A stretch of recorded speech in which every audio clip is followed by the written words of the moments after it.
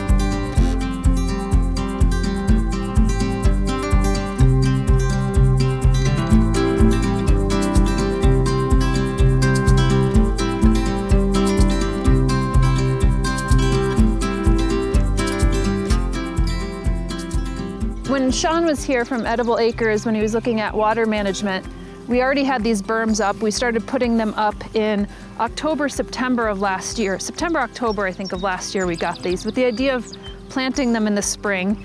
And I wanted to show you the orchard because before all the trees, which are obviously still young, they lose all their leaves because we have spongy, AKA gypsy moths here, and they're starting to get defoliated, which I think is gonna be okay because honestly, it's early in the season. The spongy moths are only around from May and June, and then normally the trees will put out new leaves.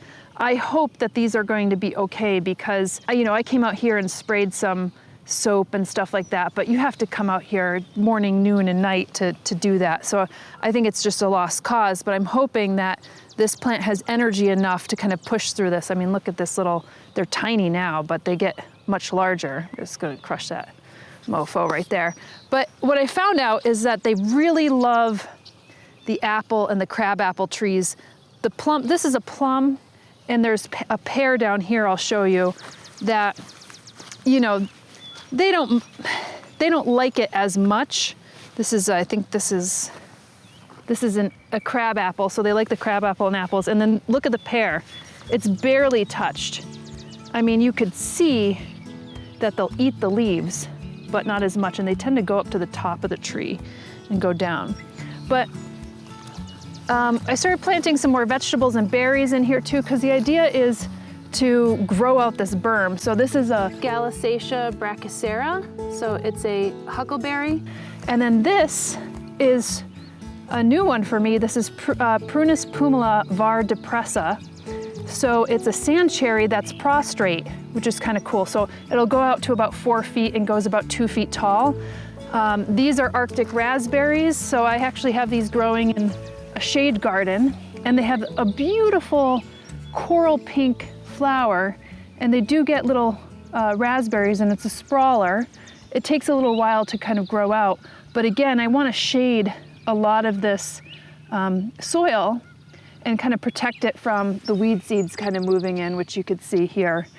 And then also some wild strawberries. We ended up taking these out in some of the places that I was planting in the more ornamental beds. And I thought, like, well, we'll give these a home. But I have different strawberry varieties over here too. And we really wanted to get the orchard planted up because you have to wait a while to get to bear fruit. Although we did pick some strawberries yesterday. I mean, these are starting to look good. I picked them a little early just because I didn't want the animals to get them. But you can see that this is a nice variety. And then those are some Arctic strawberries over the side. And they get tiny little red fruit.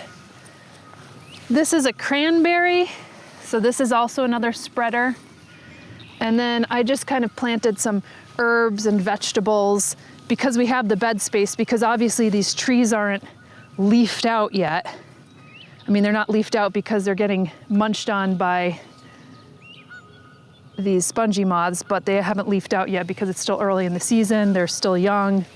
Have some bronze fennel, which I think is absolutely gorgeous. And it also serves, to my knowledge, as a host plant for one of the swallowtail butterflies.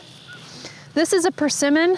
I've noticed that these take a little while to leaf out. I have another one that's planted that's just starting to leaf out. And rhubarb, this one's starting to put out. I have two varieties.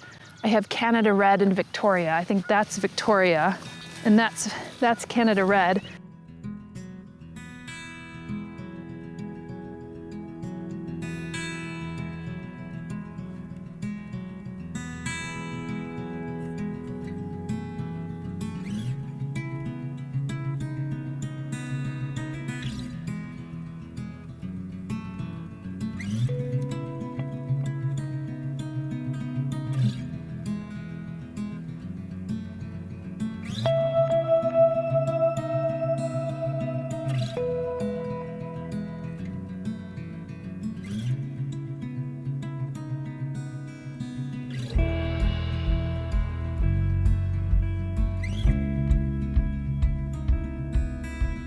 And these are also plants that, you know, these look small now, but these will really leaf out and like kind of shade and protect the soil underneath. So they're planted in with crab apples, apples, peaches, persimmons, pawpaws. I have lots of different types of fruits here. I even have hardy almond. And then this is Baptisia Baptisia minor. So this is a smaller nitrogen fixer. Gets a really beautiful blue flower to it. I wouldn't mind if this actually spreads. It's a legume, so a lot of the legumes actually have that nitrogen fixing potential. Some more lignan berries here, different varieties so that they could cross-pollinate. And again, those are spreaders, and they'll form like a little red berry. And again, it's in the family of blueberries. And I didn't want to plant too high of trees, so a lot of these orchard trees are either dwarfs or semi-dwarfs. And we have this gorgeous purple martin house that's been taken over by both bluebirds and tree swallows, although I think it's only tree swallows this year. And I don't want to plant any big trees in front of them because they don't want to have their homes in front of big trees. So even though we have mostly trees here, I have only shrubs here. So we actually have a black currant, which you could see is being munched on by those pesky caterpillars. And then I have currants and gooseberries and things like that. And I have so many different kinds of currants. I actually, you know, my mom grew these beautiful red currants. And when I was a kid, she would make these French crepes that were just so delicious. So I definitely went crazy on the currants. And then here's some raspberries. And then I got these for like $1 a pop or whatever from the county cooperative extension. So they're just starting to come up. And then I think this is a gooseberry. Let me see. Yeah, red gooseberry. And then I just planted some squash. This I think was an apple or plum, but you could see it's just infested with spongy moth caterpillars. So again, let's hope that these survive this terrible plague, this scourge. The next thing we put in, these beds are a little, I think, messy looking. They're just kind of, because we did them with a tractor. And then Sander and I looked at this shape from above, and we're really starting to create the journey here away from the house, but still close to the house. And we really thought through the shape of this bed so you could journey along it.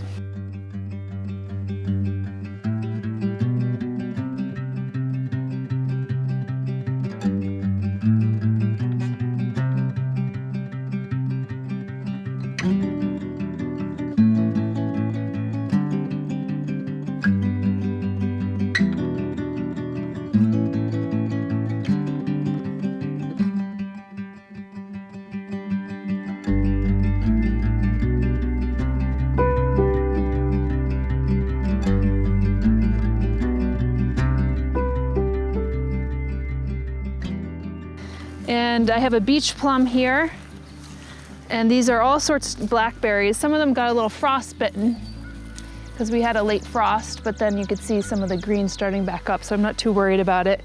And we're not expecting like a huge load of fruit this year. We're gonna take our time with it. All this stuff, like this plantain and everything, dock, all this is just like kind of weedy in the bed, but once these start to fill out, I'm gonna be less concerned about these. I think I'll just probably mow along the edges, and I feel confident that this stuff is going to come out on its own. Here's another blackberry. All different types of cultivars of blackberries, just so we could try, try them out, just the different taste. Here's some more raspberries that we got from the cooperative extension. They're just starting to poke out. It's really only been like the second week of growth. This is a nursery escapee. This is a juga. I'm glad the disking didn't take it all away, even though it's not a native plant. Here's a crabapple behind me. We didn't plant this, it planted itself, but we have lots of crabapples. You could also see that these ones are getting munched on by the spongy moths, but not terribly so yet. And the bees have been loving this flower. So we did try, before we disked the meadow, we did try to save some of these bigger trees. And I'm glad we did, because they're a great pollinator resource really early in the season. Some of the other things, more blackberries. This one's already in flower. I planted some squash in between because, like, why not? We have this space. And this wasn't going to be like a designated vegetable bed, but we're just planting what we can here because we have the space here. And then some more gooseberries. This was a blueberry that I had planted really early on before we had the deer fence, and it got nibbled on by the deer here. This was another one that got nibbled on by the deer, but I planted it anyway. And we have some more blueberries down here, but you could see also the spongy moths are eating those leaves, so we just have to wait and see what happens. And then if you move more down here, we have some interesting plants. This is Tuna sinensis, and this is we saw this at Hortus Arboretum in the Hudson Valley area. Is it Hudson Valley? I can't remember where we were, but Hortus Arboretum had this. It was kind of like a biggish tree, and they had me taste the leaf. It was very nice. It's used as culinary purposes, but not in the US, but it's hardy, so I was like, hey, why not plant that? That's a black raspberry. Some more currants. And then we have some pawpaws. Here's an example of one of the pawpaws. You have to have more to cross-pollinate with. We plan to plant pawpaws in the agroforestry area, but I wanted to start some here too because we have them. This was also something that we saw at Hortus. This is called a flying dragon tree. You can see the sharp thorns on it. It's also called hardy orange. It doesn't produce the juicy oranges like you and I would know about, but it does produce a kind of citrus. It's kind of cool that it could grow in a zone 5. And then more gooseberries, another Tuna sinensis. And then I have a red chokecherry planted at the end, and it looks like the spongy moth doesn't like it, which is good. There'll be one thing in leaf, and this does spread, but I wanted to have some more translation of the red leaf varieties of trees that you see dotted throughout the landscape. So we're gonna plan to plant some more red leaf varieties. I don't know how good the fruit production will be. I'd imagine that this is plenty of trees to plant in an orchard for the few of us that are gonna be living here, but I also think about like producing fruit for the wildlife and for friends and community.